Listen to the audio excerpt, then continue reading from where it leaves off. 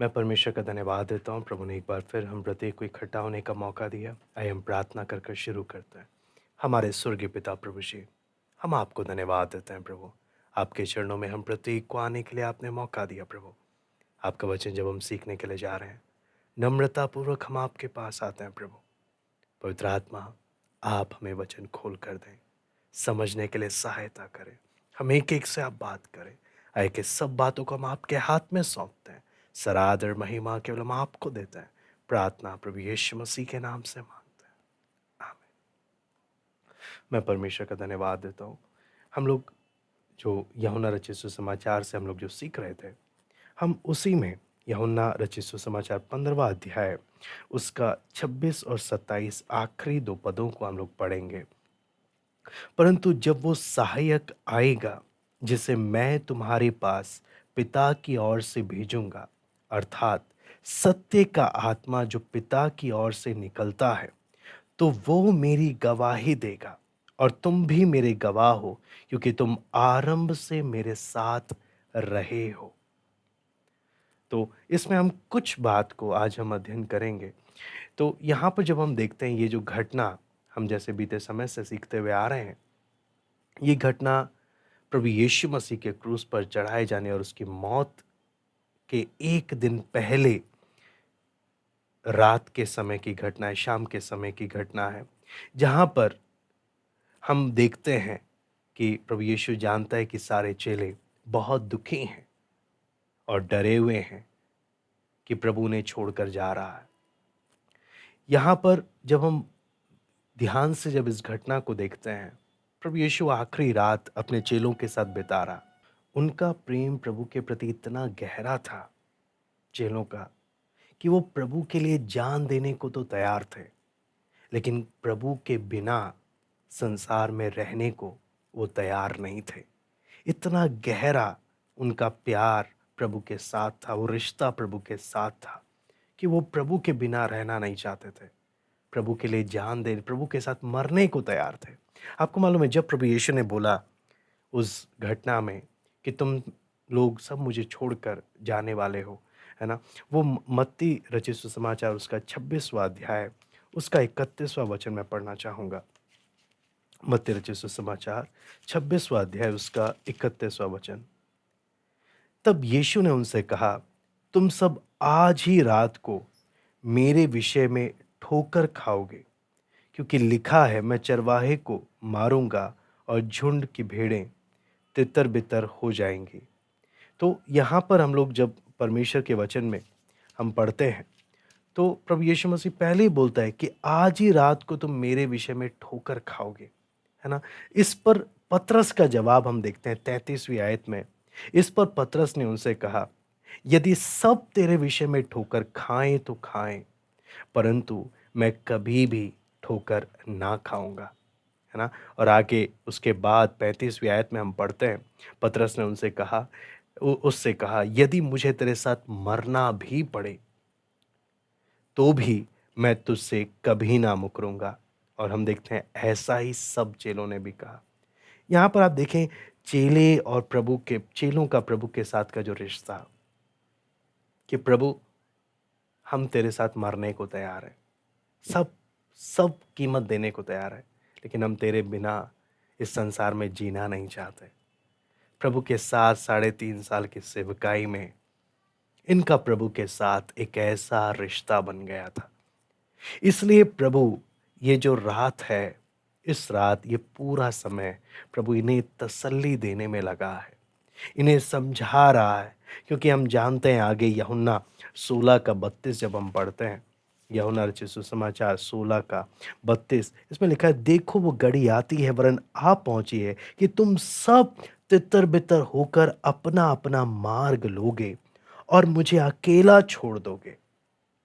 प्रभु यीशु मसीह खुद बोलता है, क्योंकि ये पहले से ही भविष्यवाणी है। प्रभु बोलता है ये तो होना ही है ना? लेकिन फिर भी आपको मालूम है, यहाँ पे जब हम देखते हैं कि चेले लोगों को प्रभु से हटकर रहना, अब वो सोचकर ही उन्हें ऐसा लगता है एक बहुत बड़ा किसी को वो खो रहे हैं, जिसके बिना वो रह नहीं सकते। तो प्रभु जब पूरी रात इनको तसल्ली दे रहा है, आप सोच कर देखिए, प्रभु को भारी कीमत चुकानी है अगले दिन, बहुत भारी कीमत। यहां कोई प्रभु को तसल्ली नहीं दे रहा है, या प्रभु खुद अपनी वेदना के बारे में सोचकर इस समय में चेलों को नहीं बोल रहा मुझे तसल्ली दो, बल्कि प्रभु को मालूम है कितना भयानक कीमत उसे चुकाना है, लेकिन फिर भी ये चेलों को तसल्ली देने में लगा हुआ है, चेलों को शांति देने में लगा हुआ है। वो प्रेम हम यहाँ पर हम देख सकते हैं, कैसे प्रभु उनसे बात करता है, उन्हें तसल्ली देता है। हम यूहन्ना 13वां अध्याय में देखते हैं किस प्रकार प्रभु ने अपने प्रेम के बारे में, है ना, बताता है। और सबसे बड़ी बात हम देखते हैं, चेलों के पैर धोकर वो अपना वो नम्रता, प्रभु ने कितना, प्रभु एक इंसान के लिए कर रहा है, वो बात प्रभु ने दिखाया। 14वां अध्याय में हम देखते हैं कितने वायदे प्रभु यीशु ने किए, कितने वायदे। 15वां अध्याय में हम जब पढ़ रहे हैं, प्रभु ने बताया कि प्रेम है, वायदे हैं, लेकिन सावधान, तुम्हें मेरे नाम के कारण बहुत सतावटों का सामना करना पड़ेगा। प्रभु वो सब बातें इनको बता रहा है ताकि ये लोग आने वाली परिस्थितियों के लिए तैयार हो जाएं।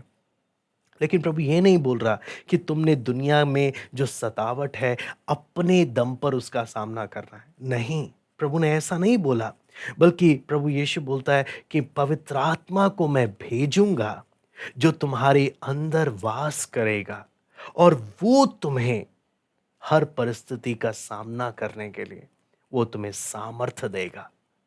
तुम पवित्र आत्मा की सामर्थ में तुम हर परिस्थिति का सामना करोगे, अपने दम पर नहीं, है ना। इसलिए पवित्र आत्मा का आना प्रभु यीशु के सारे वायदों का पूरा होने का गारंटी देता है।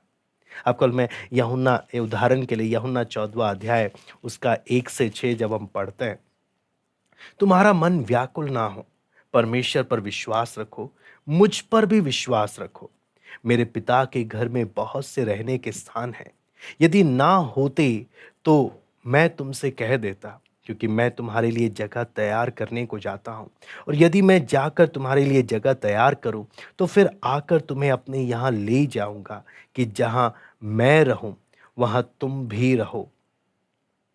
जहां मैं जाता हूं तुम वहां का मार्ग जानते हो। थोमा ने उससे कहा, हे प्रभु, हम नहीं जानते कि तू कहां जा रहा है, तो मार्ग कैसे जाने? यीशु ने उससे कहा, मार्ग और सत्य और जीवन मैं ही हूं, बिना मेरे द्वारा कोई पिता के पास नहीं पहुंच सकता। यही बात को, है ना, पौलुस 2 कुरिन्थी 5वां अध्याय उसका पहला वचन जब हम पढ़ते हैं, 2 कुरिन्थी 5वां अध्याय उसका पहला वचन, क्योंकि हम जानते हैं कि जब हमारा पृथ्वी पर का डेरा सरीखा घर गिराया जाएगा तो हमें परमेश्वर की ओर से स्वर्ग पर एक ऐसा भवन मिलेगा जो हाथों से बना हुआ घर नहीं परंतु चिरस्थायी है। कहने का मतलब, जब प्रभु यीशु अपने चेलों को बोल रहा है कि तुम्हारे लिए मैं जगह तैयार करने जा रहा हूं, तो आगे की पूरी पहली सदी की कलीसिया और परमेश्वर के दास हर एक परमेश्वर के लोगों को उस स्वर्ग की ओर नजर लगाने के लिए जोर देते रहते थे कि आपका नजर किधर रहना है, आपका ध्यान किधर रहना है ना। 2 कुरिन्थी 5:5 जब हम पढ़ते हैं, जिसने हमें इसी बात के लिए तैयार किया है वो परमेश्वर है, जिसने हमें बयाने में आत्मा भी दिया है। परमेश्वर अपने वादे को पूरा करेगा, उसका सबूत क्या है? बयाने में पवित्र आत्मा दिया है। आप जानते हैं कि जब हम कोई प्लॉट खरीदते हैं या कोई मकान खरीदते हैं तो हम बयाना देते हैं, जो इस बात और एग्रीमेंट करते हैं कि हाँ, अगर मैंने एडवांस दिया है तो मैं बाकी कीमत भी पूरी करूंगा। उसी प्रकार प्रभु अपने वायदे को पूरा करेगा। उसका प्रमाण क्या है? बयाने के रूप में अपनी आत्मा, यानी स्वयं को ही दे दिया। बयाने के रूप में ताकि हाँ, जो मैंने वादा किया है वो पक्का मैं उसे पूरा करूँगा। है ना? इसीलिए वचन में जब हम इफिसियों 1 का 13-14 पढ़ते हैं, इफिसियों 1 का 13-14, और उसी में तुम पर भी जब तुमने सत्य का वचन सुना, जो तुम्हारे उद्धार का सुसमाचार है, और जिस पर तुमने विश्वास किया, प्रतिज्ञा किए हुए पवित्र आत्मा की छाप लगी, वो उसके मोल लिए हुओं के छुटकारे के लिए हमारी मीरास का बयाना है कि उसकी महिमा की स्तुति हो। है ना? हमारे मीरास का बयाना है। सोचो, अगर बयाना ही स्वयं को दे दिया तो प्रभु और क्या नहीं करेगा। प्रभु अपने वायदे के प्रति कितना पक्का है, उस बात को हम लोग यहां पर देखते हैं। इसलिए यूहन्ना 14 का जब 12 हम लोग पढ़ते हैं, यूहन्ना 14 का 12, मैं तुमसे सच सच कहता हूं कि जो मुझ पर विश्वास रखता है, ये काम जो मैं करता हूं वो भी करेगा, वरन इनसे भी बड़े काम करेगा, क्योंकि मैं पिता के पास जाता हूं। जब प्रभु ने बोला ना, मेरे से भी बड़े काम करेगा, हाँ, वो कैसे करेगा? जो प्रभु पर विश्वास करता है, क्या अपने दम पर बड़े बड़े काम कर सकता है? नहीं। लेकिन प्रभु ने बोला वो बड़े काम करेगा। तो कैसे? उसका स्रोत क्या है? वो हम पढ़ते हैं प्रेरितों काम 1 अध्याय उसका 8वां वचन। यहां पर हम पढ़ते हैं, परंतु जब पवित्र आत्मा तुम पर आएगा, तब तुम सामर्थ पाओगे, और यरूशलेम और सारे यहूदिया और सामरिया में और पृथ्वी की छोर तक मेरे गवाह होगे। तो हम देखते हैं कि प्रभु यीशु मसीह क्या बोलता है? जब पवित्र आत्मा तुम पर आएगा, तुम सामर्थ पाओगे। यानी बड़े बड़े काम कैसे होंगे? स्रोत कौन है? पवित्र आत्मा।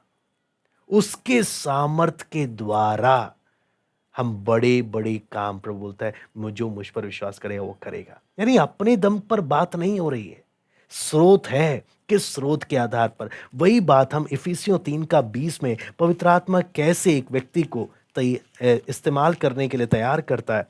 इफिसियों 3 अध्याय उसका 20वां वचन हम लोग पढ़ेंगे। अब जो ऐसा सामर्थी है कि हमारी विनती और समझ से कहीं अधिक काम कर सकता है, उस सामर्थ के अनुसार जो हम में कार्य करता है। यानी यहां पे लिखा है, जो ऐसा सामर्थ्य, कौन? परमेश्वर। हमारी विनती, हम जितना प्रभु से रिक्वेस्ट करते हैं या हम जितना सोच सकते हैं, वचन बोलता है उससे कहीं अधिक परमेश्वर काम कर सकता है। कहीं अधिक काम कर सकता है, जितना हमने सोचा भी नहीं है। जितना हमारे सोचने की कैपेसिटी है ना, हमारी समझ की कैपेसिटी है, पवित्र आत्मा उससे भी कहीं अधिक काम करने के लिए हमेशा तैयार रहता है। हमेशा तैयार रहता है। इसलिए लिखा है, ये वही सामर्थी परमेश्वर है जो हम में कार्य करता है ना। तो हमने देखा प्रभु जब बोलता है, जो मुझ पर विश्वास करता है बड़े बड़े काम करेगा। स्रोत कौन है? स्रोत केवल और केवल पवित्र आत्मा है ना। और इसके बारे में जब हम वचन में हम आगे जब पढ़ते हैं, रोमी 8वां अध्याय 26वां वचन, किन के बारे में लिखा है? ये कैसे बताया है? इसी रीति से आत्मा भी, रोमी 8 का 26 में पढ़ते हैं, इसी रीति से आत्मा भी हमारी दुर्बलता में सहायता करता है, क्योंकि हम नहीं जानते कि प्रार्थना किस रीति से करना चाहिए, परंतु आप आत्मा आप ही ऐसी आहें भर भर कर, जो बयान से बाहर है, हमारे लिए विनती करता है ना। हमारे लिए विनती करता है, जो बयान से बाहर है। जब हमें नहीं पता होता हमने क्या करना है, हमें किस चीज की जरूरत है, कितनी बार पवित्र आत्मा हमारे अंदर से आहें भर भर कर हमारे लिए विनती करता है। इफिसियों 6 अध्याय उसका 18वां वचन हम पढ़ेंगे। इफिसियों 6 अध्याय उसका 18वां वचन। यहां पे लिखा है, हर समय और हर प्रकार से आत्मा में प्रार्थना और विनती करते रहो, इसलिए जागते रहो कि सब पवित्र लोगों के लिए लगातार विनती किया करो। आपको मालूम है, जो व्यक्ति, सबसे बड़ा बात यहां पर जो हम फोकस है, पवित्र आत्मा के द्वारा हमने आगे बढ़ना है। चेले लोग वे व्याकुल थे, प्रभु बार बार उन्हें पवित्र आत्मा के बारे में बता रहा था कि तुम अकेला मैं नहीं छोड़ रहा हूं, पवित्र आत्मा तुम्हारे साथ है, वो हमेशा तुम्हारे संग रहेगा। आज हमारे जीवन में भी यही बात है। हम मसीह जीवन में हम अपने आप को कभी अकेला ना समझें, और एक विश्वासी कभी अकेला है ही नहीं, उसके संग हमेशा पवित्र आत्मा है। और वो अपने जीवन में हर बात उसकी मदद करने के लिए पवित्र आत्मा है, क्योंकि उसका स्रोत है ना, वो स्वर्ग से सामर्थ पाकर एक एक्स्ट्रा ऑर्डिनरी बीइंग है, एक असाधारण व्यक्ति बन जाता है एक विश्वासी जब उसके जीवन में पवित्र आत्मा आता है। लिखा है तुम्हारी सोच से, तुम्हारी विनती से कहीं अधिक पवित्र आत्मा करने को हमेशा तैयार है, कहीं अधिक। बस बात इतना है, क्या हम पवित्र आत्मा से मदद मांगेंगे कि आप मेरी मदद करो, है ना। आपको मालूम है, मैं एक उदाहरण बताना चाहूँगा। मान लीजिए अभी ये क्लास की रिकॉर्डिंग में हमारे भाई हैं जो सारा एडिटिंग करते हैं, सारा रिकॉर्डिंग करते हैं। मैं इनको घर से यहाँ पर बुला लूँ कि आ जाइए आप, क्लास रिकॉर्ड करना है। मैंने इनको बुला तो लिया, लेकिन फिर भी ये इनको बिठाकर सारा दिमाग मैं ही लगा रहा हूँ कि क्या करना है, कैसे करना है, वो करना है।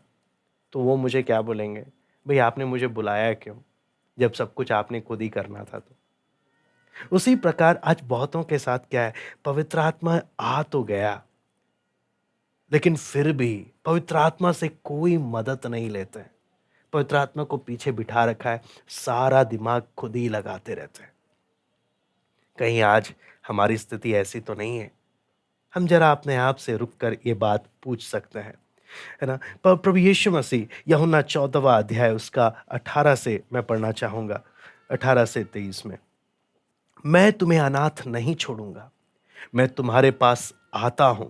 और थोड़ी देर रह गई है कि फिर संसार मुझे ना देखेगा, परंतु तुम मुझे देखोगे, इसलिए कि मैं जीवित हूं, तुम भी जीवित रहोगे। उस दिन तुम जानोगी कि मैं अपने पिता में हूं और तुम मुझ में और मैं तुम में। जिसके पास मेरी आज्ञाएं हैं और वो उन्हें मानता है, वही मुझसे प्रेम रखता है, और जो मुझसे प्रेम रखता है उससे मेरा पिता प्रेम रखेगा, और मैं उससे प्रेम रखूंगा और अपने आप को उस पर प्रकट करूंगा। उस यहूदा ने, जो इस्करियोती ना था, उससे कहा, हे प्रभु, क्या हुआ कि तू अपने आप को हम पर प्रकट करना चाहता है और संसार पर नहीं? यीशु ने उसको उत्तर दिया, यदि कोई मुझसे प्रेम रखेगा तो वो मेरे वचन को मानेगा, और मेरा पिता उससे प्रेम रखेगा, और हम उसके पास आएंगे और उसके साथ वास करेंगे। हम वास करेंगे कर कर वचन हम यहाँ पर साफ साफ बताता है। 14 का 17 में हम पढ़ते हैं, अर्थात सत्य का आत्मा, जिसे संसार ग्रहण नहीं कर सकता, क्योंकि वो ना उसे देखता और ना उसे जानता है। तुम उसे जानते हो, क्योंकि वो तुम्हारे साथ रहता है और वो तुम में होगा। पौलुस भी रोमी की पत्री में उसका 8 का 9 में जब हम पढ़ते हैं, बोलता है, परंतु जब कि परमेश्वर का आत्मा तुम में बसता है, तो तुम शारीरिक दशा में नहीं परंतु आत्मिक दशा में हो। यदि किसी में मसीह का आत्मा नहीं तो उसका जन नहीं। तो पौलुस भी ये बोलता है, पवित्र आत्मा तुम में वास करता है ना। कितना खुश नसीब, कितने आशीषित हम लोग हैं कि हम परमेश्वर के मंदिर बन गए, जिसमें परमेश्वर स्वयं वास करता है ना। इसलिए आपको मैं एक विश्वासी का परमेश्वर के साथ का रिश्ता, इस बात की गारंटी भी पवित्र आत्मा ही देता है। रोमी 8 का 16-17 मैं पढ़ना चाहूंगा, आत्मा आप ही हमारी आत्मा के साथ गवाही देता है कि हम परमेश्वर की संतान हैं, और यदि संतान है तो वारिस भी, वरन परमेश्वर के वारिस और मसीह के संगी वारिस हैं, कि जब हम उसके साथ दुख उठाएं तो उसके साथ महिमा भी पाएं, है ना। पवित्र आत्मा गवाही देता है। पहला यूहन्ना 1 का 3 मैं पढ़ना चाहूंगा, पहला यूहन्ना 1 का 3, यहां पे लिखा है, जो कुछ हमने देखा और सुना उसका समाचार तुम्हें भी देते हैं, इसलिए कि तुम भी हमारे साथ सहभागी हो। हमारी यह सहभागिता पिता के साथ और उसके पुत्र यीशु मसीह के साथ है। तो एक विश्वासी को पवित्र आत्मा परमेश्वर प्रभु यीशु मसीह के द्वारा विरासत में क्या मिला है ना? क्या मिला है? तो यूहन्ना जब हम पढ़ते हैं यूहन्ना 14 का 27 में विरासत की जब बात होती है तो विरासत में क्या-क्या मिला है हम देखते हैं। पहला है, मैं तुम्हें शांति दिए जाता हूं, अपनी शांति तुम्हें देता हूं, जैसा संसार देता है मैं तुम्हें नहीं देता। तुम्हारा मन व्याकुल ना हो और ना डरे। तो पहला चीज, हर एक विश्वासी को प्रभु यीशु मसीह का शांति मिला है। एक ऐसा शांति जो संसार कभी दे नहीं सकता। एक विश्वासी की विरासत है। ना सिर्फ इतना, यूहन्ना 13 का 1 मैं पढ़ना चाहूंगा। फसह के पर्व से पहले जब यीशु ने जान लिया मेरी वो घड़ी आ पहुंची कि जगत छोड़कर पिता के पास जाऊं, तो अपने लोगों से जो जगत में थे जैसा प्रेम वो रखता था अंत तक वैसा ही प्रेम रखता रहा। दूसरा क्या, प्रभु का प्रेम उन्हें विरासत में मिला है। पहला, शांति उन्हें विरासत में मिली है। इसका 34वां आयत भी मैं पढ़ना चाहूंगा। मैं तुम्हें एक नई आज्ञा देता हूं कि एक दूसरे से प्रेम रखो, जैसा मैंने तुमसे प्रेम रखा वैसे ही तुम भी एक दूसरे से प्रेम रखो। ना सिर्फ इतना, 15 का 11 मैं पढ़ना चाहूंगा। मैंने ये बातें तुमसे इसलिए की कि मेरा आनंद तुम में बना रहे और तुम्हारा आनंद पूरा हो जाए। तीसरा, विरासत में क्या मिल रहा है? आनंद। सोच कर देखिए, एक विश्वासी को शांति मिल रहा, प्रभु का प्रेम मिल रहा, आनंद मिल रहा है। मैं आपको सच कहूं, आज दुनिया के पास ये तीनों की बहुत कमी है, बहुत बड़ी कमी है। आज संसार में आपको ये तीन बातें नहीं मिलेंगे। ये वो हैं जो प्रभु खुद अपने लोगों को देता है। अपनी शांति, अपना प्रेम, अपना आनंद। क्या आज हम इन तीन बातों को अपने जीवन में अनुभव करते हैं? ना सिर्फ इतना, ये सब किसके द्वारा आ रहा है? जब हम गलाती 5 का 22 में पढ़ते हैं, ये सब पवित्र आत्मा के फल है जो पवित्र आत्मा के द्वारा एक व्यक्ति के जीवन में नजर आते हैं। सिर्फ इतना ही नहीं है, वचन में जब हम प्रेरितों का काम 1 अध्याय उसका 8वां वचन जब हम पढ़ते हैं तो वहां पर भी हमें क्या चीज देखने को मिलता है कि प्रभु बोलता है, तुम मेरे गवाह होगे। जब तुम स्वर्ग से क्या पाओगे? सामर्थ पाओगे। तो यानी प्रभु का एक गवाह होना भी है, प्रभु का एक गवाह भी बनना है। अपनी ताकत से नहीं हो सकता, स्वर्ग से सामर्थ, है ना? सुसमाचार की अगर सेवा भी करनी है, दूसरे लोगों को प्रभु के बारे में भी बताना है। आपको मालूम है, आप और मैं अपनी ताकत से एक छोटे बच्चे का भी उद्धार नहीं करा सकते। मैं बार बार बोलूंगा, आप और मैं अपने दम पर एक छोटे बच्चे का भी उद्धार नहीं करा सकते। जब अगर सच्चाई देखें, ये अगर हम केवल एक बर्तन हैं, अगर हम अपने आप को शुद्ध और पवित्र रखें और प्रभु के आगे समर्पित रखें, ये बर्तन प्रभु खुद अपनी महिमा के लिए इस्तेमाल करेगा। हम अपनी ताकत से हम कितने भी बड़े ज्ञानी क्यों ना बन जाए, हमें कितने भी धार्मिक शास्त्र क्यों ना पता हो, हम लोगों से बहस कर सकते हैं, ज्ञान ज्ञान की बातें बोल सकते हैं, लोगों के सामने एक बहुत बड़े ज्ञानी बनकर नजर आ सकते हैं, लेकिन उद्धार करने का काम केवल और केवल पवित्र आत्मा ही कर सकता है। इसलिए प्रभु अपने चेलों को बोलता है, जब तक तुम सामर्थ ना पाओ तुम यहीं पर ठहरे रहो, क्योंकि ये काम इंसान के अपने ताकत से नहीं हो सकता।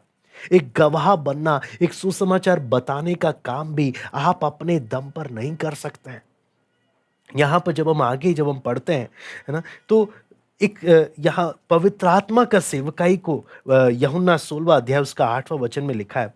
पवित्र आत्मा जब आएगा, लिखा है, वो आकर संसार को पाप, धार्मिकता और न्याय के विषय में निरुत्तर करेगा, है ना।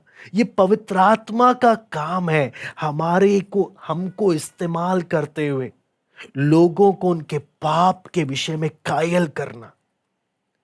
आज बहुत बार लोग जो गलत तरीके से सुसमाचार बताते हैं, या दूसरा सुसमाचार हम कहें तो क्या बोलते हैं, आप प्रभु के पास आ जाओ, आपके दुख दूर हो जाएंगे, आप प्रभु के पास आ जाओ, आपकी बीमारी से आप चंगाई पालोगे। हाँ, प्रभु चंगा करने वाला परमेश्वर है, लेकिन उद्धार चमत्कार के द्वारा नहीं है। वचन में लिखा है, जब पवित्र आत्मा आएगा वो संसार को उसके पाप के विषय में कायल करेगा।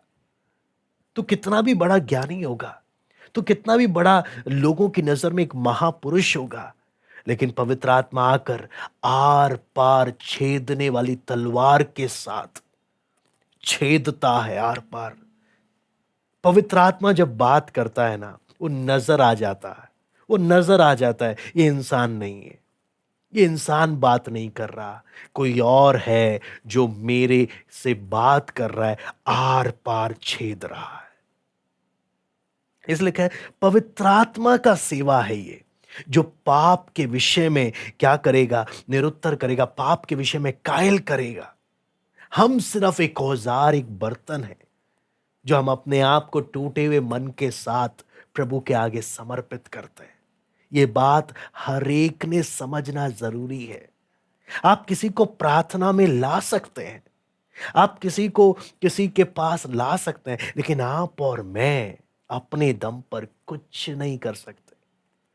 आपको मालूम है, आगे जब यूहन्ना 15 का 26वां वचन मैं पढ़ना चाहूंगा, जब वो सहायक आएगा जिसे मैं तुम्हारे पास पिता की ओर से भेजूंगा, अर्थात सत्य का आत्मा जो पिता की ओर से है, वो मेरी गवाही देगा। तो यहां पर भी हम देखते हैं कि पवित्र आत्मा आकर पाप के विषय में कायल करेगा, नंबर एक। नंबर दो, पवित्र आत्मा प्रभु यीशु कौन है कर कर लोगों के सामने असली में प्रस्तुत करेगा। पवित्र आत्मा ही लोगों के सामने प्रभु यीशु का असली रूप प्रस्तुत कर सकता है कि ये साधारण व्यक्ति नहीं है, ये कोई ईसाई धर्म का कोई गुरु नहीं है। ये कौन है? ये वही एकमात्र सच्चा परमेश्वर है। ये केवल पवित्र आत्मा ही कर सकता है। आगे इसलिए वचन हमें बोलता है, रोमी 10वां अध्याय उसका 9 और 10 में पढ़ना चाहूंगा। यहां पे लिखा है कि यदि तू अपने मुंह से यीशु को प्रभु जानकर अंगीकार करे और अपने मन से विश्वास करे कि परमेश्वर ने उसे मरे हुए में से जिलाया, तो तू निश्चय उद्धार पाएगा, क्योंकि धार्मिकता के लिए मन से विश्वास किया जाता है और उद्धार के लिए मुंह से अंगीकार किया जाता है। यहां पे लिखा है कि प्रभु को उद्धारकर्ता ग्रहण करने के लिए करना क्या है? मुंह से प्रभु यीशु को प्रभु जानकर अंगीकार करना है, मन से विश्वास करना है। लेकिन आपको मालूम है, ये बात भी एक व्यक्ति बिना पवित्र आत्मा के अगर करे तो भी उद्धार नहीं होगा, क्योंकि पहला कुरिन्ती 12 का 3 जब हम पढ़ते हैं, पहला कुरिन्ती 12 का 3, यहां पे लिखा है, इसलिए मैं तुम्हें चेतावनी देता हूं कि जो कोई परमेश्वर की आत्मा की अगुवाई से बोलता है, वो नहीं कहता कि यीशु श्रापित है, और ना कोई पवित्र आत्मा के बिना कह सकता है कि यीशु प्रभु है।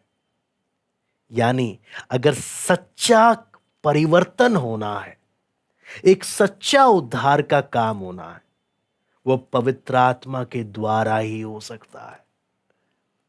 आपको में कितनी जगहों में हम बोलते हैं, आओ मेरे पीछे पीछे बोलो, हाँ, कि मैं प्रभु का अपना उद्धारकर्ता करके ग्रहण करता हूं। कितने ऐसे लोग हैं जिन्होंने ऐसी रटी रटाई बातें तो बोल दी, लेकिन उद्धार अनुभव नहीं किया। लेकिन जो पवित्र आत्मा के द्वारा घायल हुए, पवित्र आत्मा के द्वारा जिनके अंदर वो काम हुआ, वो जब प्रार्थना करते हैं रोमटे खड़े हो जाते हैं, रोमटे खड़े हो जाते हैं, क्योंकि ये काम इंसान का नहीं है, पवित्र आत्मा का है। आज हम में से कितने ये बात को समझ पा रहे हैं कि हम पवित्र आत्मा के बिना हम कुछ नहीं कर सकते। प्रभु की सेवकाई के लिए भी, सुसमाचार बताने के लिए भी हर एक बात पवित्र आत्मा करेगा तो काम होगा, नहीं तो बाकी सब व्यर्थ है। बाकी सब व्यर्थ है। हमने केवल अपने आप को उसके हाथ में सौंपना है, उसके हाथ में सौंपना है। मैं उम्मीद करता हूं, है ना, चेलों को जो बात प्रभु यीशु ने बोला, वो पवित्र आत्मा आ रहा है, तुम्हें मैं अनाथ नहीं छोड़ूंगा, तुम्हें अकेला नहीं छोड़ूंगा, तुम निराश मत हो, परेशान मत हो। मेरा उम्मीद है हम ये बात को समझेंगे और हम मनन करेंगे और अपने जीवन में जांच कर देखेंगे, आज मैं किधर हूं, मेरा प्रभु के साथ रिश्ता कैसा है, और पवित्र आत्मा के साथ मेरा कैसा संबंध है। आइए हम प्रार्थना करते हैं। स्वर्गीय पिता प्रभु जी, हम आपको धन्यवाद देते हैं। प्रभु हम धन्यवाद देते हैं सुंदर वचन के लिए जो आपने हमें एक एक को सीखने को दिया। प्रभु हमें एक एक को मदद कर कि प्रभु हम अपनी बुद्धि से, अपने दिमाग से हर एक बात को करने के बजाय हर एक बात पर प्रभु आप पर निर्भर होना हम एक एक को सिखाएं। पवित्र आत्मा का महत्व आज कितनी बार लोग अन्य भाषा तक सीमित रख देते हैं, उससे आगे नहीं समझते। प्रभु हम एक एक को फजल दे कि हम हर एक बात आपकी अगुवाई में करें। धन्यवाद देते हैं आज की संगति के लिए, इन वचनों को मनन करने के लिए कृपा दे। सब बातों को हम आपके हाथ में सौंपते हैं, सरादर महिमा केवल हम आपको देते हैं। प्रार्थना प्रभु यीशु मसीह के नाम से हम मांगते हैं।